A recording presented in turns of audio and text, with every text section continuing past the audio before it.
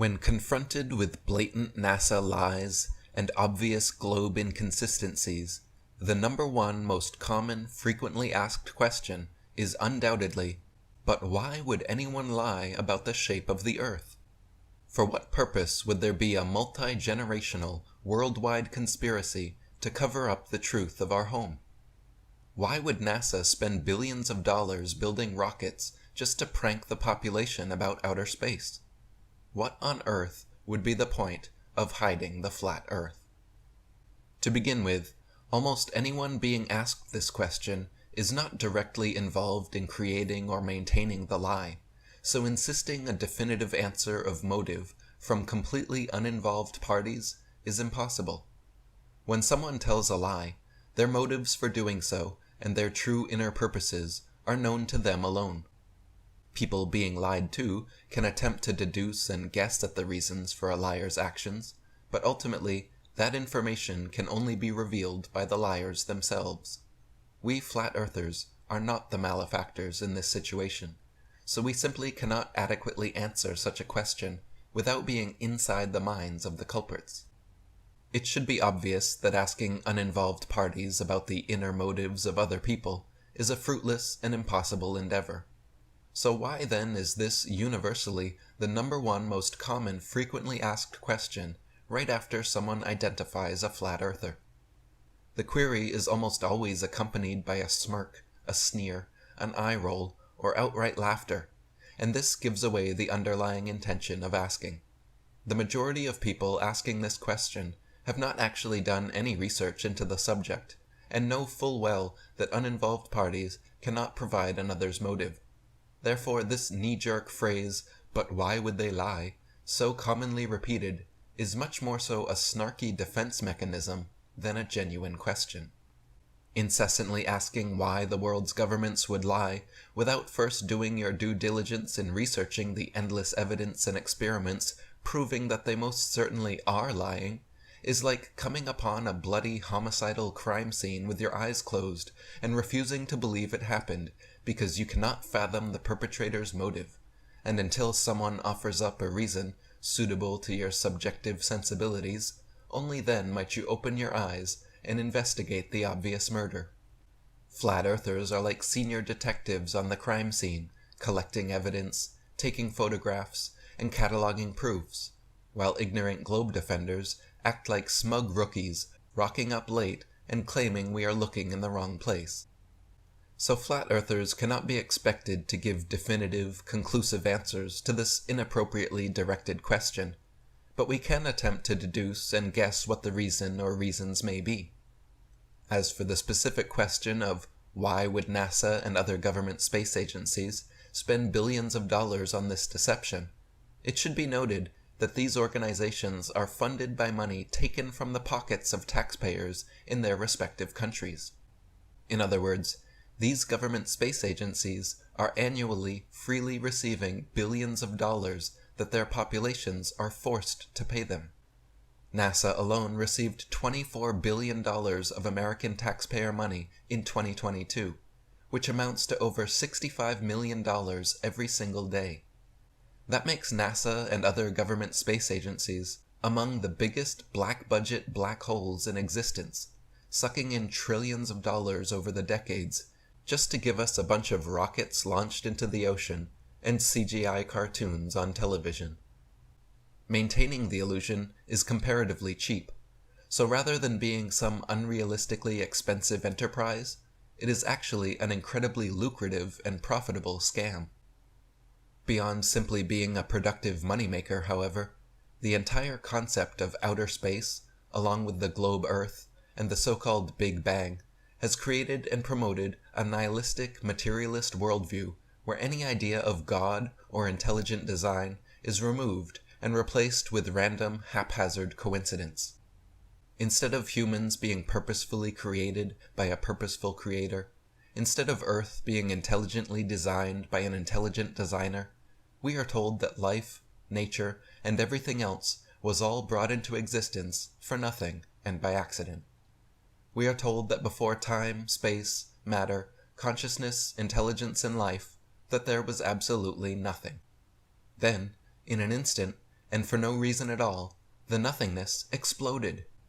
And instead of destroying things like every other explosion, this explosion created things. It created everything.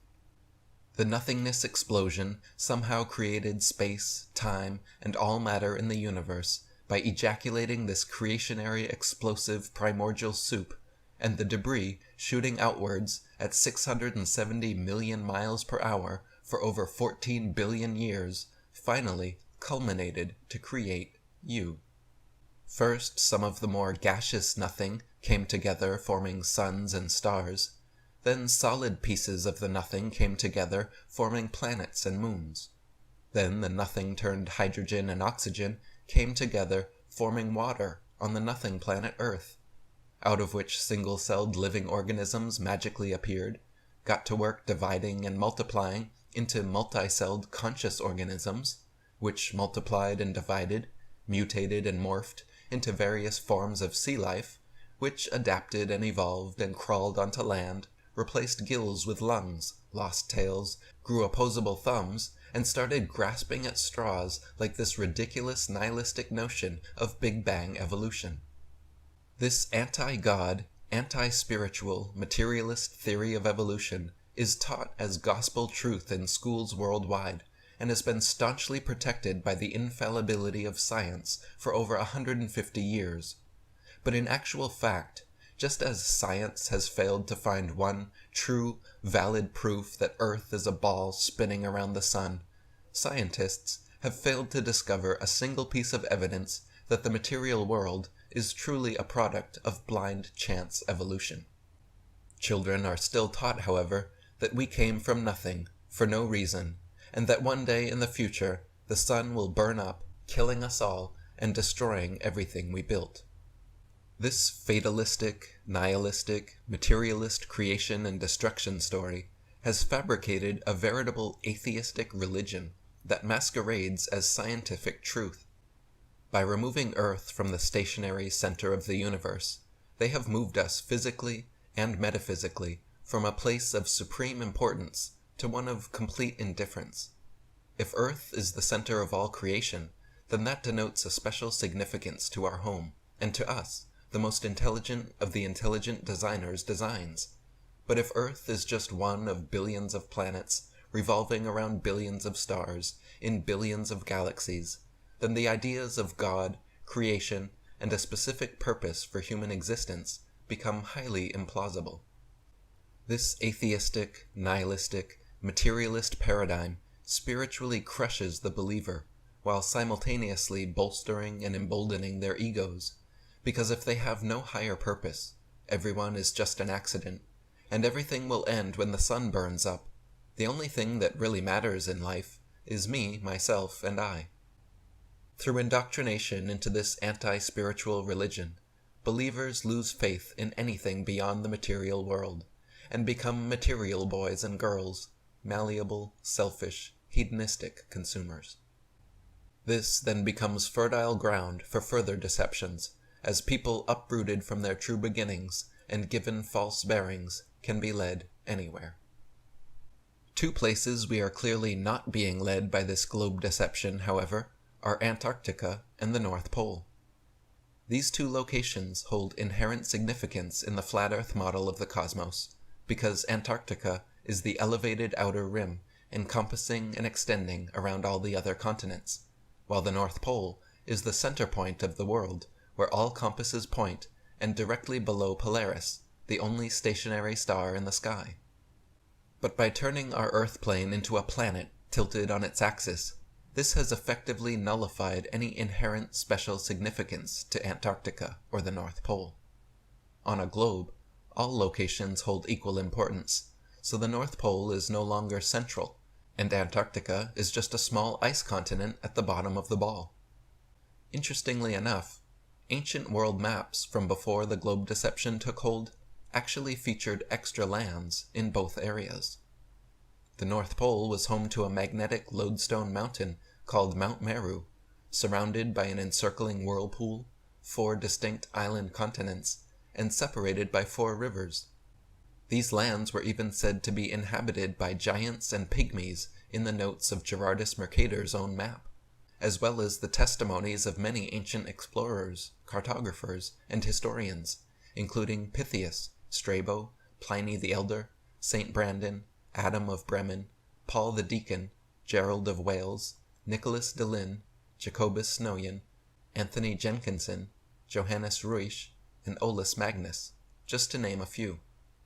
Since the globe deception took hold, however, these locations have completely disappeared from all modern maps. Likewise, in ancient maps, Antarctica was shown as having far more landmass than now, and many maps even featured additional continents beyond the Antarctic. Admiral Byrd claimed on live television that there were vast resources in untouched lands beyond Antarctica that had never been explored, and books like Worlds Beyond the Poles or The Iron Republic speak of entire civilizations existing south of the South Pole. By turning Earth into a ball, these potential extra lands, resources, and civilizations have been conceptually erased from the minds of the masses, as there is literally nowhere left for them to exist. The effect is similar to when intrepid young Truman from the Truman Show movie is told by his teacher that he is too late and everywhere has already been explored. In an instant, with that piece of false information, his adventurous spirit is crushed, and he is convinced that there is nowhere new to discover. In summation, this globe lie is essentially the biggest and most fundamental deception imaginable, uprooting people from the stable, level earth beneath their feet, shaping it into a ball, and throwing it around the sun. Humanity is left spinning out of control in a vast, blind, dumb universe that created everything for no reason by accident, and will eventually be blown away by a meteor strike or supernova. All of creation is explained by material processes, and anything remotely spiritual is just a quaint relic of a pre-scientific age. Everywhere on Earth has already been explored, and our only hope is pouring billions more dollars per year into NASA and other space agencies to take us to their other ball planets, like CGI Mars. Essentially, they have created a new world religion of scientism, complete with a creation and destruction story, prophets and prophecies, and removed any purpose or higher power, replacing it with a random, nonsensical explosion. So-called scientists became the new priests of the New World religion, and the now malleable masses walk in lockstep towards whatever future they manufacture for us.